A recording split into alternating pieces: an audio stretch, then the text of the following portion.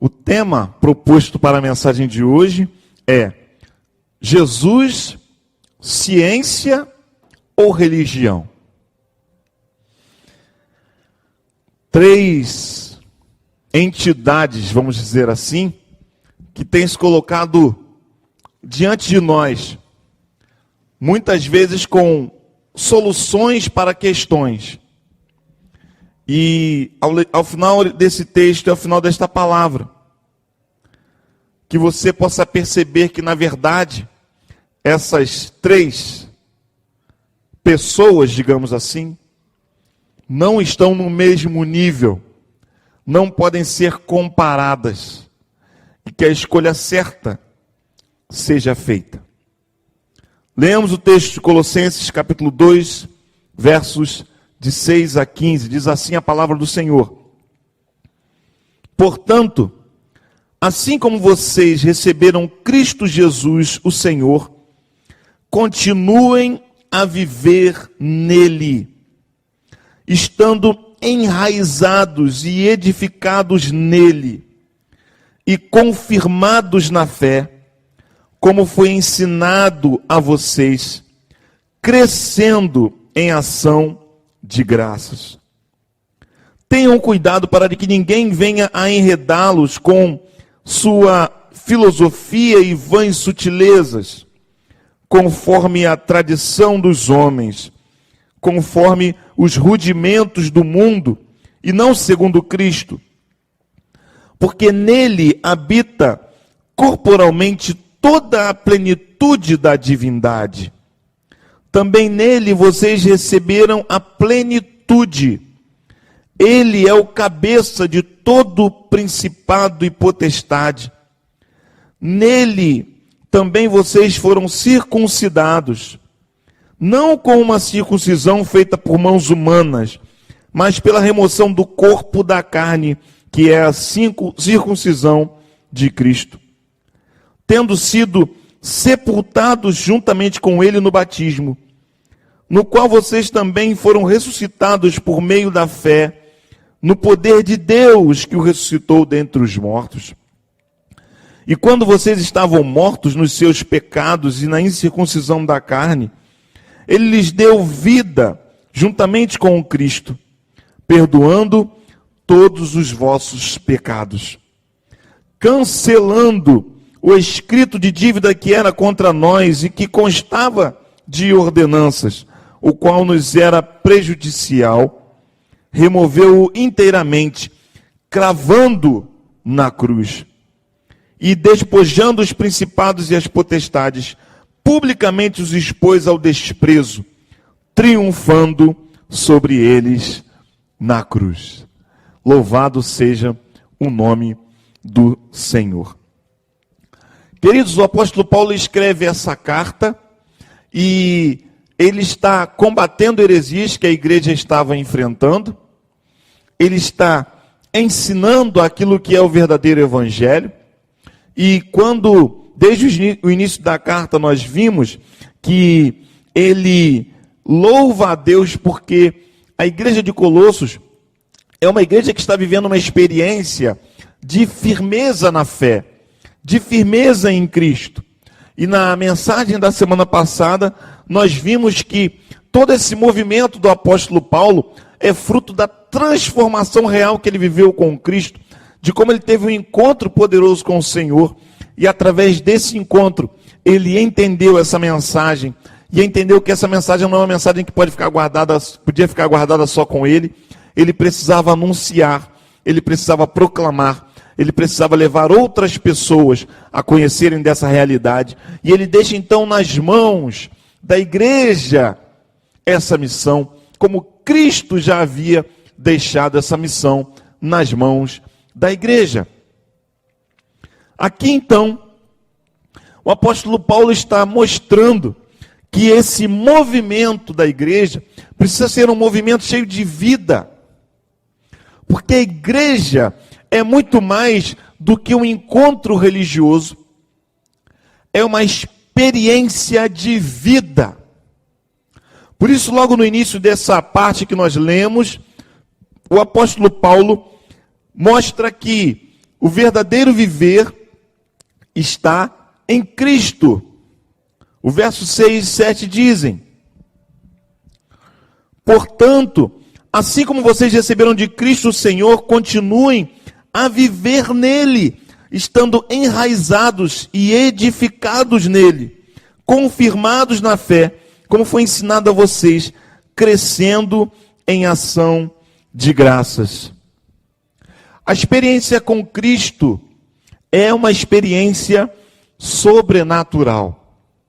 Queridos, o movimento da igreja é um movimento sobrenatural. A igreja não anda segundo os seus conceitos, a igreja não anda segundo as orientações socioculturais ou políticas, a igreja não está restrita a essas coisas. Pastor, mas nós estamos obedecendo a todas as normas. Claro, nós estamos falando dessa obediência como a instituição igreja, como a instituição que precisa fazer o seu balancete no final do ano, né? Fazer as declarações. Mas quando a gente fala da igreja, nós estamos falando das pessoas, nós estamos falando da vida, nós estamos falando desse movimento que não é um movimento natural. E Paulo então precisa reafirmar isso. E nós hoje aqui estamos para reafirmar isso. A sua experiência com Jesus não é uma experiência apenas racional. Ela tem sim racionalidade. Ela tem sim pensamento. Não é uma experiência puramente mística, mas é sim uma experiência mística, porque ela é espiritual. E esse viver em Cristo é um viver para além dessa vida aqui. Sabe, às vezes, nós queremos controlar as coisas, nós queremos que cada passo que vamos dar, termos certeza plena, podermos tocar, podermos vivenciar e saber e definir as coisas. E na verdade, quando nós temos um encontro com Cristo, nós nos rendemos diante dele. Talvez seja isso que esteja faltando em você, para que você viva plenamente em Cristo.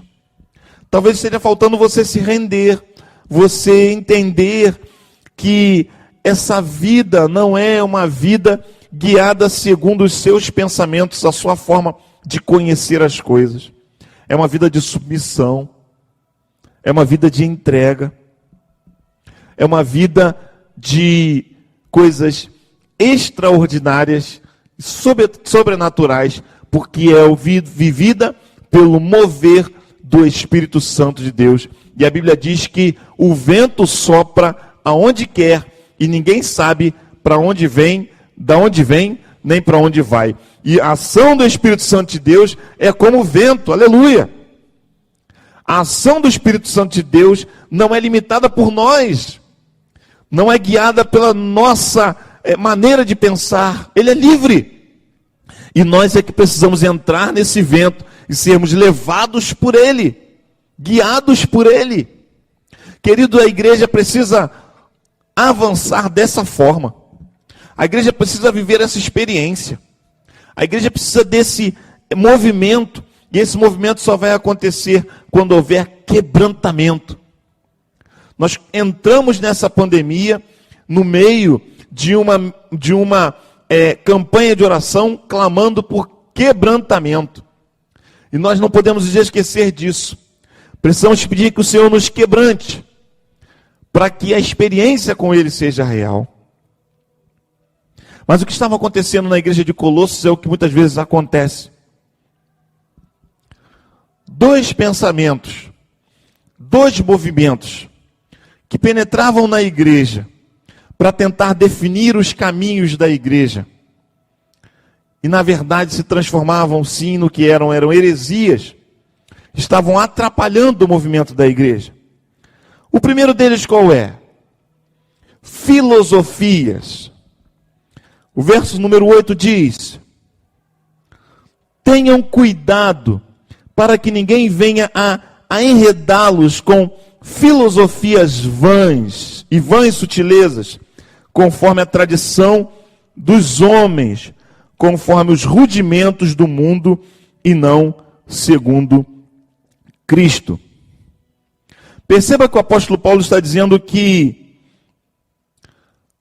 vãs filosofias, e o que são as filosofias? São ações do pensamento natural.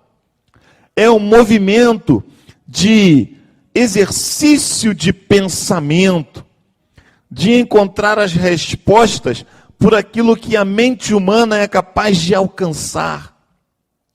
E o apóstolo Paulo está lutando contra esse movimento de gnosticismo, que é busca pelo conhecimento, o alcance da vida através do conhecimento, e mostrando que, olha, vocês não podem, vocês precisam ter cuidado, para que vocês não sejam assim envolvidos, para que vocês não se tornem escravos disso, escravos da sabedoria humana por meio de argumentação. Queridos, nós não podemos definir a caminhada cristã de forma plena por argumentações, por lógica humana. Existem muitas pessoas desejando isso, ansiando por isso, buscando pleno conhecimento, achando que conhecimento é sabedoria. E conhecimento nem sempre é sabedoria. Nem sempre quem tem mais conhecimento tem a melhor prática, tem a melhor resposta. E neste caso aqui não tem mesmo. Porque o conhecimento humano é inútil diante da salvação. E é sobre isso que o apóstolo está falando. Não sejam seduzidos por isso. Mas no verso 10 ele diz, no verso 9 e 10, porque nele habita corporalmente toda a plenitude da divindade, em Cristo. Também nele vocês receberam a plenitude. Ele é o cabeça de todo principado e potestade. O apóstolo está declarando que em Cristo há toda a plenitude de Deus. E isso é algo que combate de forma direta o gnosticismo, que não cria que Deus poderia estar plenamente em algo físico. E Cristo é plenamente humano e plenamente divino.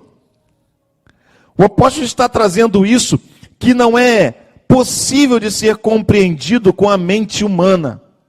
A gente não consegue compreender como Cristo era totalmente humano, ele precisava comer, ele tinha todas as necessidades que o ser humano tem, ele sentia dor, ele se emocionava como nós, ele sofria com a morte de um amigo como nós sofremos, mas ao mesmo tempo ele era capaz de conhecer as intenções do coração do homem. Percebe? Isso é mistério. Não dá para entender isso com a mente humana. Cristo é Deus em forma humana, de forma plena. Ele é Deus e ele é homem. Como compreender isso? E o apóstolo vai ainda mais longe, quando ele diz, e também nele vocês receberam a plenitude. Cristo, que é Deus encarnado, está de forma plena habitando em você, através do Espírito Santo de Deus. O Espírito Santo que habita em você não é menor do que Cristo, nem menor do que Deus, porque os três são um em essência. Então Paulo está dizendo, olha, esse mistério que foi revelado é algo espiritual, não é algo natural, e você vive da experiência de ter em si a presença plena de Cristo, que é o Espírito Santo de Deus. Louvado seja o nome do Senhor. Querido, isso não dá para ser compreendido através de filosofia. Isso não dá para ser compreendido através de ciência. Os irmãos sabem, né, que eu já trabalhei com pesquisa, hoje estou um pouco afastado. mas tenho contato com um grupo de jovens, professores universitários, nós conversamos muito sobre isso. E quando estudamos e olhamos para a natureza, nós vemos nela a manifestação da glória de Deus. E quando olhamos para a natureza, vemos que existem ali coisas, tanto quando você vai para o micro do interior de uma célula, como você vai para o macro do grande universo, nós vemos coisas extraordinárias que revelam a grandeza de Deus. Está além do nosso conhecimento. Mas Ele nos permite ver, vislumbrar e glorificar a Ele. Tudo para a glória dEle. Aleluia! Meus irmãos, a sua experiência é muito mais do que uma filosofia. É muito mais do que uma maneira de viver. É muito mais do que moralidade. É muito mais do que viver com sabedoria humana. É Cristo. Cristo em nós. A esperança da glória. Ele está acima. É o que o apóstolo está dizendo. Você não pode ser seduzido por filosofias que vêm à sua mente. Será que é isso que tem impedido você de viver uma experiência plena com Jesus? Eu gosto da Igreja Batista, porque a Igreja Batista é uma igreja firmada na palavra, uma igreja que não tem excessos, uma igreja que não tem aquelas coisas esquisitas. Espera aí.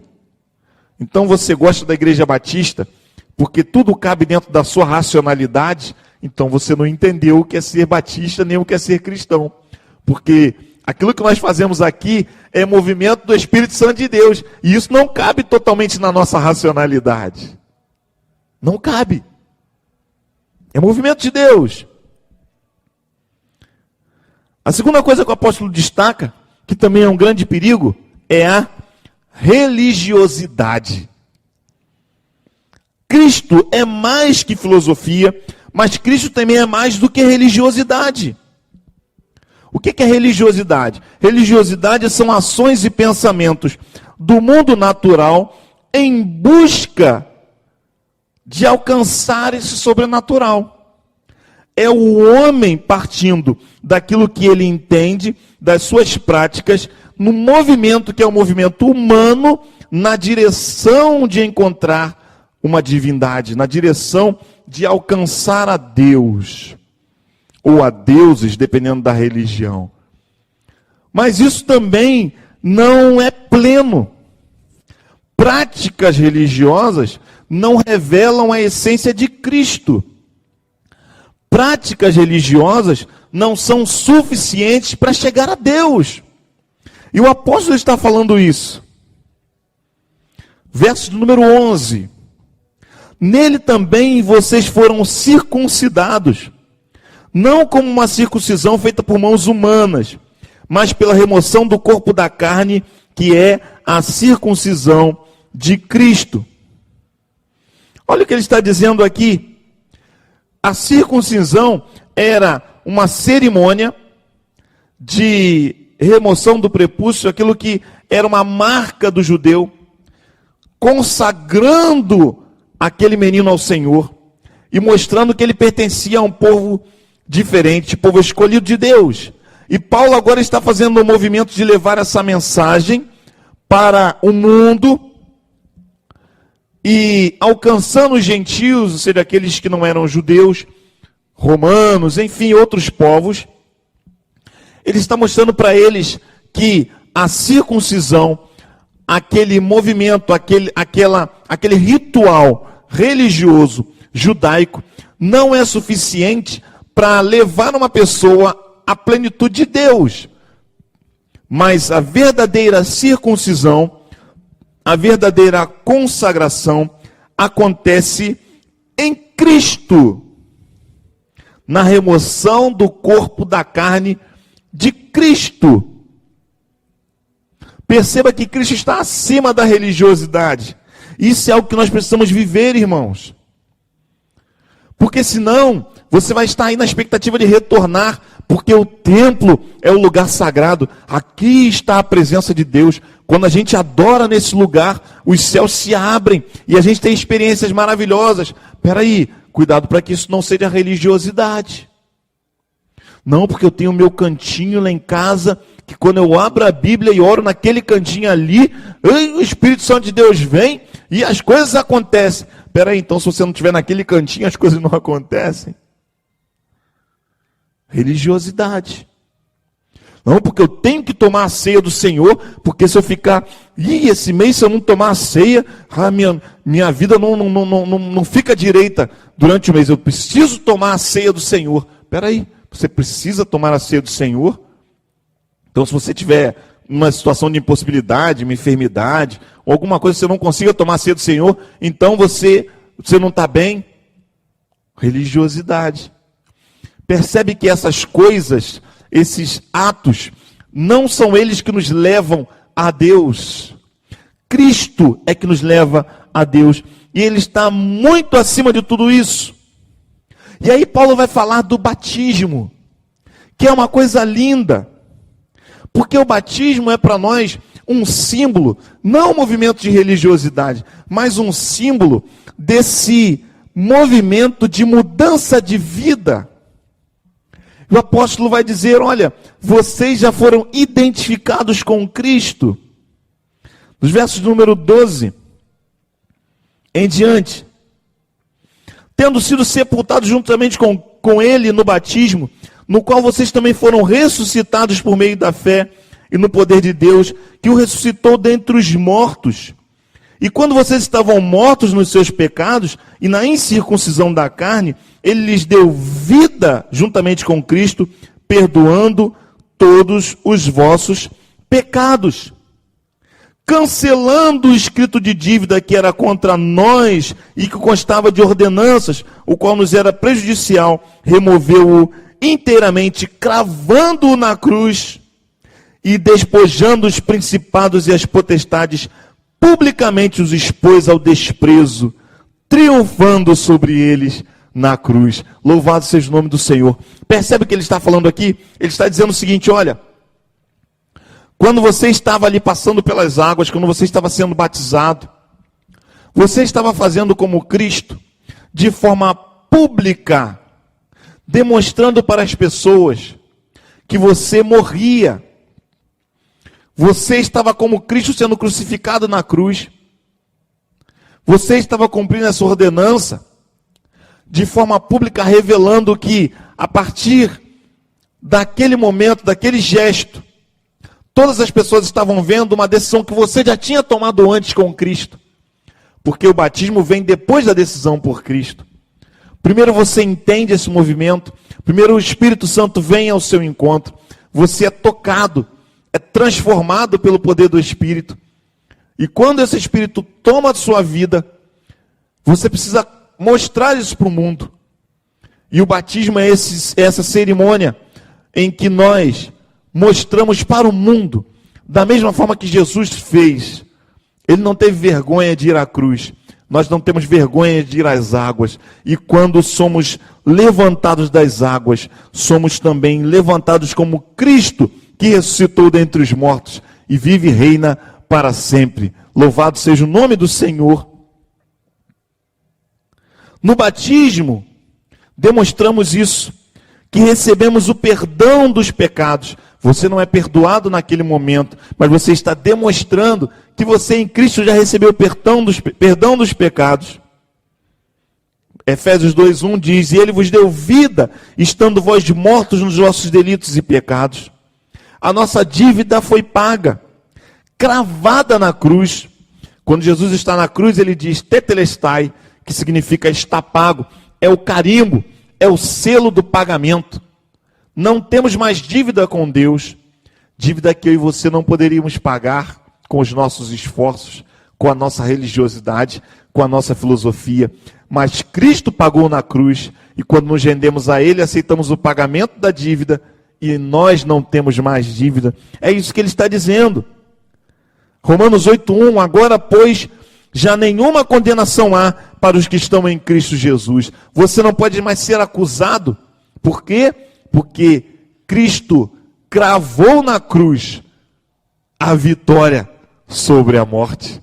Louvado seja o nome do Senhor. Perceba que Cristo está acima da religião. Cristo está acima das filosofias. Eu me lembro como se fosse hoje da minha experiência de batismo, no dia 8 de maio de 1988, lá na Igreja Batista Betânia de Niterói, onde eu cresci. Pastor Josué Cardoso Reis foi o pastor que me batizou. Eu estou vendo a Edith aqui que eu tive a oportunidade de batizar, né? Coisa linda. É aquele momento, fica na nossa mente gravado, não tem como esquecer. Eu era um adolescente e eu estava junto com outros amigos também, que tínhamos entendido, nós crescemos na igreja, mas o fato de ser uma criança que está na igreja não significa que você já tenha a sua vida em Cristo.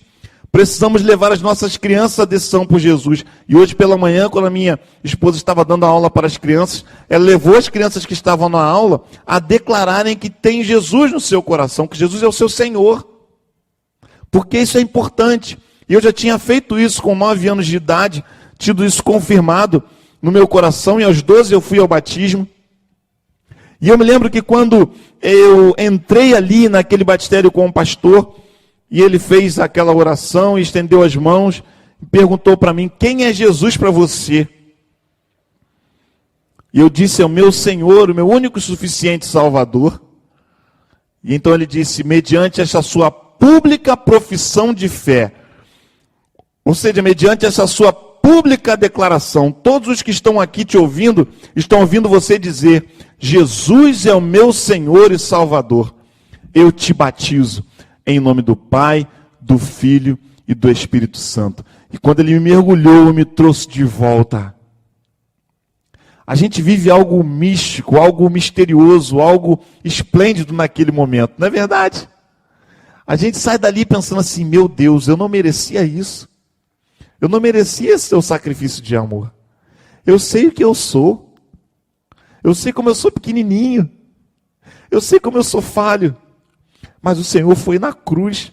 Foi à cruz e deu a vida por mim. Obrigado, Jesus. Obrigado, Jesus. E ali, eu saí das águas, fui para o banheiro, me sequei, voltei para casa. Pastor, a partir daí você nunca mais cometeu um pecado. Claro que cometi, meus irmãos. Nós somos pecadores, nós somos falhos, mas aquela experiência é uma marca de quando eu declarei publicamente a todos os que estavam presentes que eu pertenço a Cristo. E nada pode tirar isso de mim. O batismo é uma evidência pública. E nós precisamos declarar publicamente aquilo que cremos.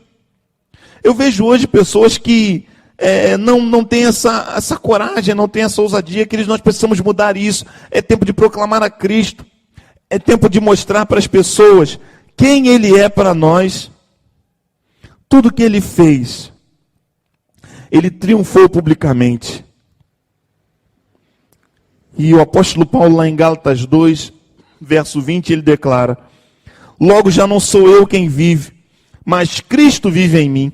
E esse viver que agora tenho na carne, vivo pela fé no Filho de Deus, que me amou e a si mesmo se entregou por mim. Eu não tenho vergonha de Cristo, porque eu tenho com Ele uma aliança de amor. Eu vejo gente que mora junto, mas não é casado, né? Isso é uma coisa muito comum hoje em dia. Aí você vê pessoas que não usam alianças, são casados, moram juntos, têm uma vida de casados, mas não usam aliança. Aí a gente olha assim, mas por que precisa de aliança? Bom, a aliança, ela é um selo público. Ela é uma evidência de que você tem um compromisso. Hoje eu completo com a minha esposa 17 anos de casados. Há 17 anos atrás, às 10 da manhã mais ou menos, né, com alguns pequenos atrasos, que não foram provocados por ela, antes que a sua cabeça maldosa já comece a achar, Vanise se atrasou. Não foi nada disso. Né? Mas ela colocou no dedo uma aliança, eu coloquei no dedo uma aliança. E na minha aliança tem escrito o nome dela, e na aliança dela tem escrito o meu nome. A aliança é uma marca. Quando eu chego num lugar, põe a minha mão, a pessoa olha para a minha mão e diz, ih, rapaz, ele é bonitão, hein? Mas é casado.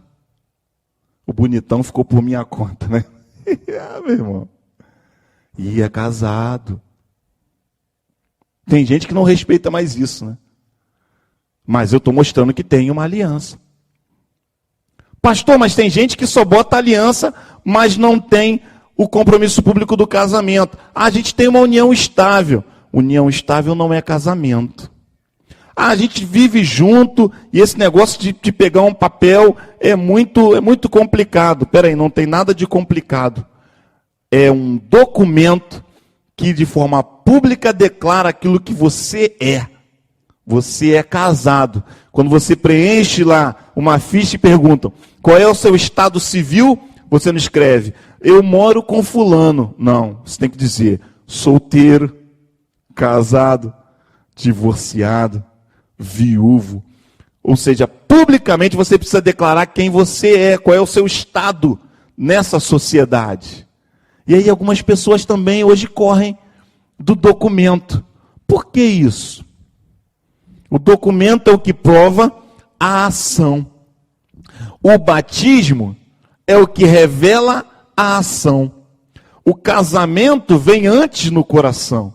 O desejo de estar junto para o resto da vida, eu e Vanise, não nasceu no dia 6 de setembro. Não, ele veio antes. O selo, o compromisso na mente e no coração já existia antes. Mas num determinado dia, a gente fez isso diante de testemunhas, parentes e amigos, declarando fidelidade eterna. O batismo é isso. Quando diante das pessoas você um dia diz, eu pertenço a Cristo. Ele é o dono da minha vida. Ele é o meu Senhor. Que coisa linda. E Paulo está dizendo, olha, é essa ação, isso não é religiosidade, não. Isso não é religiosidade. Isso é uma ação de fé, é um movimento de Deus, de transformação de vida e de ação pública de quem é Jesus. O que falta para você ter essa atitude? Essa atitude de fé.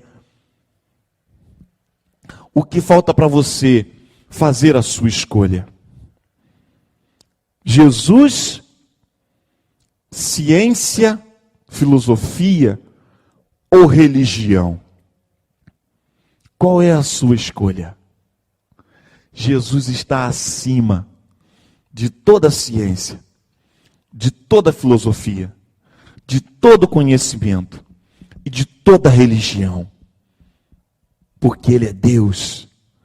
Ele é o único caminho, verdade e vida. Louvado seja o nome do Senhor. Louvado seja o nome do Senhor.